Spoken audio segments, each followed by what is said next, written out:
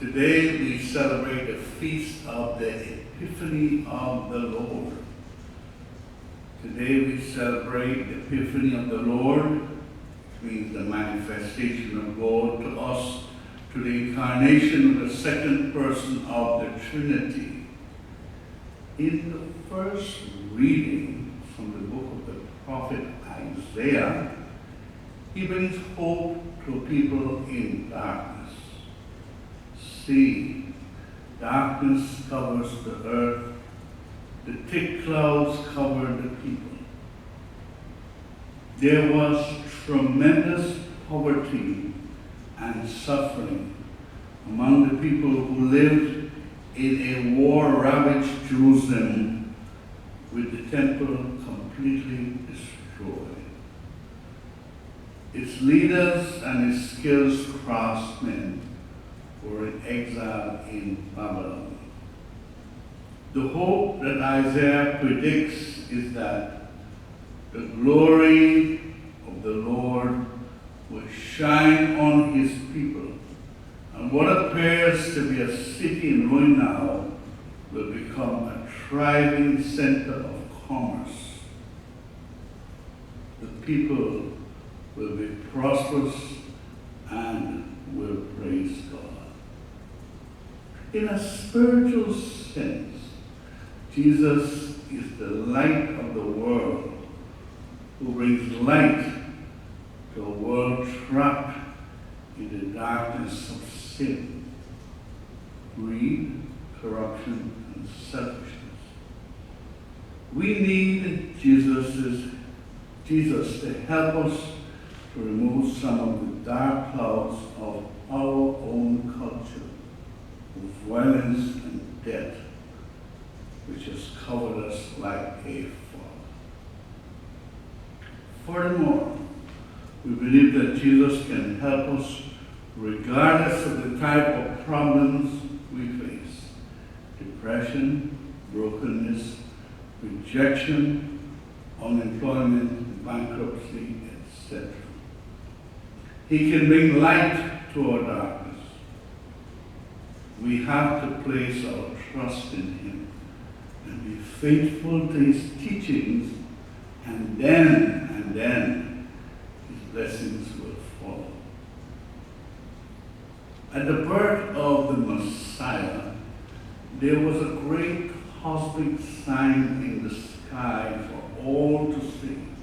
Scientists speculate that this could have been an exploding star called a supernova, which would have been brighter than a full moon in the sky.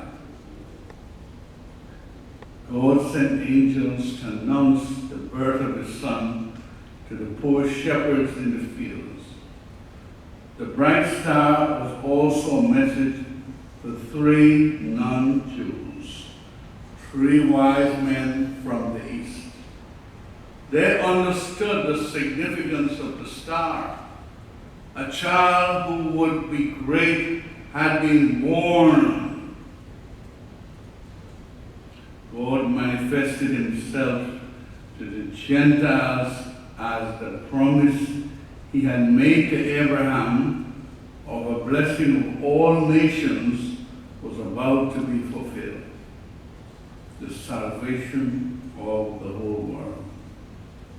The wise men assumed that the child would be born in a royal palace and therefore visited King Herod. However, when he heard of a new king that was not his child, he became angry and jealous and was determined to retain his power. How would we react if someone were more capable than ourselves were to come along? Would we nurture his talents, his or her talents, or would we try to retain our power at all costs by sabotaging all of the newcomer's efforts? The gift that the wise men gave to Jesus also had symbolic meanings Gold signified that he was a king. Frankincense, incense signified his holiness. And myrrh was an aromatic perfume that was used in many ways, including preparing a body for burial. It signified that Jesus was born to suffer, to die. I suspect this saying, which says to follow one star, which means to pursue one dream, may have had its origin in this biblical story. When the wise men first saw the star, they had a major decision to make. They wanted to see the child. How far would they have to travel? What are the dangers of a long journey? There were bandits, sandstorms, and the possibility of running out of water in the desert. Of course, the cost of the journey was probably going to consume a lot of their savings. The wise men chose to have an encounter with the special child, regardless of the cost, the hardship, or the danger. We are on our journey of conversion. Vatican II calls us a pilgrim people. At the end of our days, we hope to encounter Christ. Do we place limits on how much time, talent, and treasure we are willing to expend in order